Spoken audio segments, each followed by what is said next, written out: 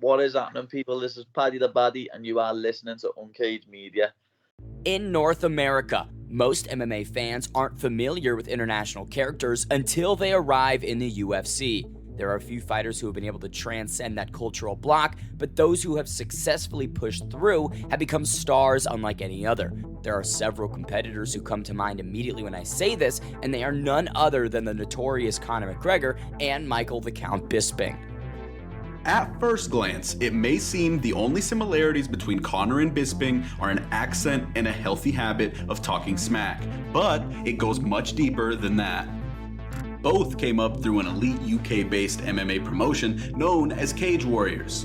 From September of 2011 to New Year's Eve 2012, Conor McGregor secured a record of 4-0 in the promotion and Cage Warriors championships in 2 different divisions. This is when the UFC gave Conor the call up to the big leagues. In similar fashion, from April to November of 2005, Michael Bisping went 4-0, won a Cage Warriors championship, and was invited to the 3rd season of The Ultimate Fighter. Both men were able to build a significant local fan base through their appearances in Cage Warriors, and they laid a phenomenal blueprint for international stars of the future. What if I were to tell you that up into 2021, Cage Warriors had a fighter on their roster who drew more eyes than Conor McGregor or Michael Bisping ever did to the company? What if that fighter was now under a UFC contract and only weeks away from their UFC debut? With the bandwagon filling up and the lines only getting longer, this may be a good time to fasten your seatbelts, fight fans, because here is the UFC's next transcendent star. Liverpool has brought us combat sports icons, with the likes of Tony Bellew, David Price, and Callum Smith building their own legacies in select disciplines. However, with MMA rapidly growing, it wasn't long before we saw stars from the Northwest make their mark on the sport. Wolfslair Academy was first, featuring the likes of former UFC champions Michael Bisping and Rampage Jackson. There was even Czech Congo representing Merseyside. Fast forward a decade, and we've seen an abundance of Scouse fighters make the walk in the big leagues. They are undoubtedly headed by Darren Till and Tom Aspinall. However, with the recent addition of an extremely exciting prospect from Huyton, known by Paddy The Baddy, this could be the UK's next shot at UFC gold. Hitting the early trifecta, Paddy won his first 3 bouts via stoppage, with the longest of the 3 taking only 2 minutes and 9 seconds. The quick finishes would help bring enough eyes to the Scouser for him to be brought into the Cage Warriors promotion. Paddy would begin his tenure with Cage Warriors by getting a decision victory over Florian Callan prior to getting caught only 35 seconds into his second bout in the company by Cameron Else in an anaconda choke. This loss sparked a fire under Paddy, as after taking the loss, Paddy began the longest win streak of his career. 2 short months later, Paddy was booked to compete against Conrad Hayes at Cage Warriors 68.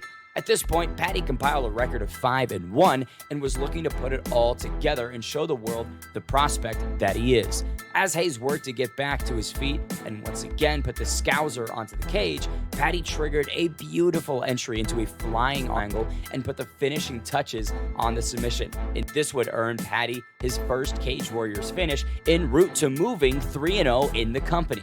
When gauging the reaction of fans who were at the bout, the cheers that were heard for a preliminary fight put on by a regional promotion proved that Paddy the Baddy had the potential to be a hit. After a doctor's stoppage victory over Stephen Martin, Paddy had a record of 7-1. This is where Paddy decided to put Cage Warriors on hold, heading to Full Contact Contender for the opportunity to become the European featherweight champion in a bout where he'd be the main event, squaring off with undefeated 7-0 prospect Kevin Petchy. From the get-go, it was very clear where Paddy wanted to be. After a hotly contested first round, the second would show just why the Baddy wanted the fight on the canvas. After securing a takedown and grinding for position, Paddy slipped in a tight rear naked choke, and Petchy had no choice but to tap. Paddy the Baddy was now the European featherweight champion for Full Contact Contender and celebrated in style, embracing his old man in the audience. 3 months later, Paddy returned to Full Contact Contender to defend his newly acquired title against Miguel Haro at FCC 13. Paddy looked comfortable early and had a near repeat performance, locking in another rear naked choke, this time in the first round. With this win, Paddy had established himself as a legitimate name on the regional scene, and next was time to prepare for a return to the Cage Warriors cage. Knowing he needed a few impressive performances to get a Cage Warriors title shot, Paddy pushed his winning streak to 6 and prepared for battle against 10-2 prospect and prolific finisher Teddy Villay. Paddy knew a stoppage in this bout would likely lead to a shot at Cage Warriors gold. After surviving getting rocked early, Paddy found his groove and ended round 1 on top. In the second, Paddy elected to grind away on the mat before locking in yet another signature rear naked choke. The crowd exploded, and Paddy the Baddy celebrated his victory atop the Cage Warriors octagon, knowing that he'd be fighting for the gold next. In September of 2016, Paddy the Baddy would make the walk and line up opposite Johnny Fracci in a bout that would determine who walked away the Cage Warriors featherweight champion. There was a feeling in the air that we were about to witness something special, and boy did we. The commentators even made references to the feel being similar to that of Conor McGregor. Paddy made his mesmerizing walk out to the faithful crowd and rated himself for war. After a short feeling out period, Paddy attempted a jumping switch kick and followed up with a barrage of punches, dropping Johnny to the mat, forcing the referee to stop the bout. As the frantic commentary team was in awe, Paddy the Baddy was celebrating a Cage Warriors championship victory with the elated crowd.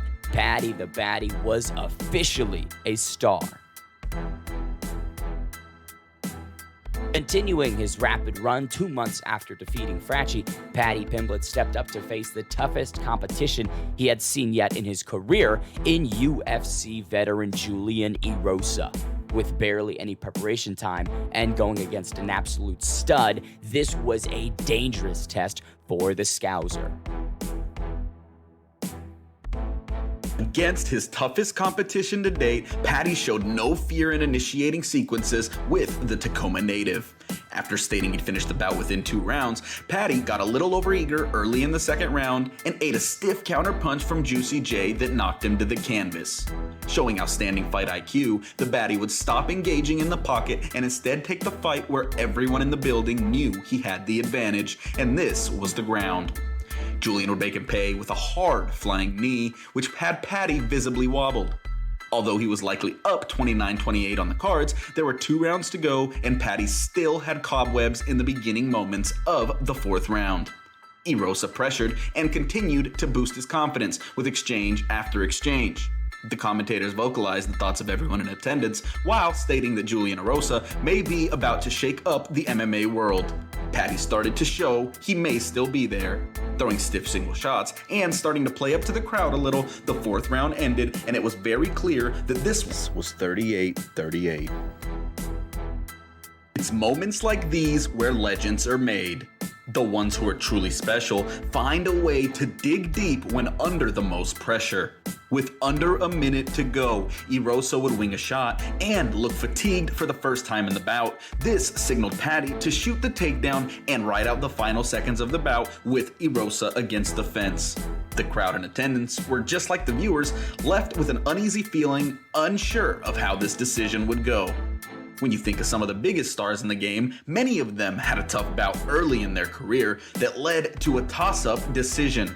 Izzy had the first Marvin Vettori fight, and Khabib had Gleison Tibau. For Paddy, the grizzled vet in the way, with experience running deeper than the Atlantic, was Julian Juicy J Erosa. And instead of 15, they did this one for 25 minutes. All 3 judges scored the contest in favor 49-46, 48-47, and 48-47 for the winner. And still, by unanimous decision, Paddy the After dropping a decision to Nad Narimani that showed Paddy his true home should be up a weight class at 155, Paddy would make the debut against Alexis Savidis, where the Baddy would secure one of the most signature finishes of his career using a phenomenal setup to lock in a flying triangle, combined with an armbar that sent Paddy back into the win column. The Scouser had re-cemented himself as the hottest property outside of the UFC. In September of 2018, Paddy stepped into the cage to do battle with Soren Bach in a bout which would be billed and hyped successfully as the largest fight in European MMA. With neither man interested in a filling out process, just 50 seconds into the bout, Paddy sank in both hooks, pulled his arm under the chin of a grounded and flattened Bach. All indicators pointed toward a very quick win for the hometown boy, but after 30 seconds of attempted escape, the red-faced Dane exhibited a level of toughness that would make Tony Ferguson blush. This seemingly set the stage for what would appear to be another strong round for Paddy until a strong left uppercut staggered the Scouser and forced him back up against the cage. Bach would utilize good ground control to keep a tired Paddy on his back for the next couple of rounds. The final 90 seconds depicted a dominant display of striking from the top by Bach, pattering Paddy with hammer fists and elbows. Paddy channeled his true fighting spirit and survived the onslaught, a small victory in a war he'd otherwise lost. Soren Bach was declared the winner by unanimous decision. Having tasted defeat twice, it was time for Paddy to step up and make a change. The Baddy knew that it was now or never to make the step forward in his career, and he laced up his boots to do so. In the pre-fight hype tape, Paddy promised to twist Decky Dalton up, and twist he did. In approximately 30 seconds, the Baddy had the back of his foe, and just slightly past the halfway point of round 1, he'd flattened his opponent and rained down shot after shot until the referee would stop the bout. Paddy the Baddy had responded to adversity in a way only a true prospect would. While the general public was nervous, anxious, unsure of whether or not Paddy would be able to get things back on track, the Scouser was a step ahead, putting in the work necessary to show up for Cage Warriors in the middle of a worldwide pandemic and reverse the trajectory of his young career once more. The star power was clear, the skill was clear, the potential was in plain sight. With another performance similar to what he just did against Decky Dalton, it may finally be time for Paddy to head to the UFC. At this point, Paddy had won huge bouts, but he's also faced the toughest kind of adversity any fighter can in dropping a pair of back-to-back fights to high-level opponents. It was time to rise or fall, time to sink or swim. It was finally time for David Martinez. David Martinez entered Cage Warriors 122 after compiling a 6-fight win streak, and his eyes were set on knocking off the Liverpool native, stealing his shine and shocking the entire European circuit, en route to earning some notoriety with the UFC higher-ups. The Baddy had different plans. In the lead-up, Paddy would claim that he knew for a fact that after the bout he was headed to the UFC. With both men having high hopes with the Ultimate Fighting Championship in mind, the stakes could not have been higher. For the second time, Paddy would make the walk in front of a fanless crowd, but the entrance was as electric as ever. With Paddy and David across gazing directly at one another, it was time to bang. A longer feeling out process than some may be used to in watching Paddy. After about 75 seconds, the Baddy would execute a flawless hip toss, flooring the freestyle wrestler. Transitioning to mount from side control in a way only comparable to a knife going through butter, Paddy forced a panicking Martinez to sacrifice his back in an attempt to stand, but the jiu-jitsu prowess of the Scouser was too much. The Baddy refused to give up his hooks, locked in the rear naked choke, and was victorious in 97 seconds. Paddy had ran through David Martinez like an old pickup over new roadkill. As if the performance wasn't enough, Paddy made a beeline for the cameras and shouted for Dana White to give the rambling a call and get Paddy into the UFC octagon. The Baddy was headed to the big show. On September 4th, Paddy made the walk to the UFC octagon with a limited crowd letting themselves be heard in favor of the Baddy. With the crowd waiting in anticipation and the commentators unable to hold in their excitement much longer, the fight would begin.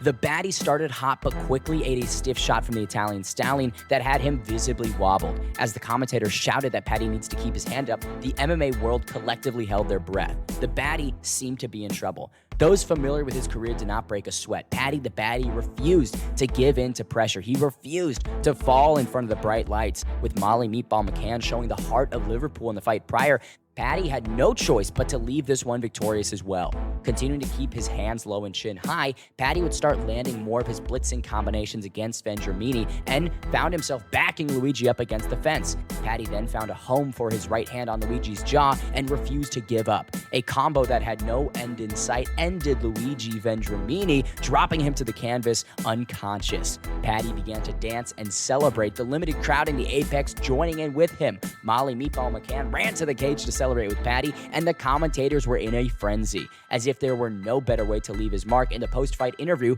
with the self-dubbed King of England, Michael Bisping, Paddy dropped one of his most notable lines, may be familiar to the fans who followed his career. Looking back at this project and seeing the ride that we've been on since Paddy has signed with the Ultimate Fighting Championships, I think it's fair to say that our initial assessment of Paddy the Baddy Pimblett being the next transcendent star in the sport, the next generational talent, was valid.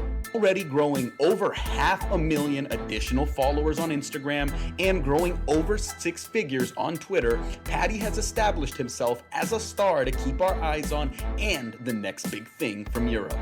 At the beginning of a fighter's career, it's hard to envision them ending up amongst the ranks of European legends like Conor McGregor and Michael Bisping, but if his first UFC outing, combined with the name drops he's getting from stars like Conor, Bisping, and more, is any indicator, for years to come, the fight game in Europe will be linked to one Paddy the Baddy Pimblett. And Paddy left his blueprint like no other.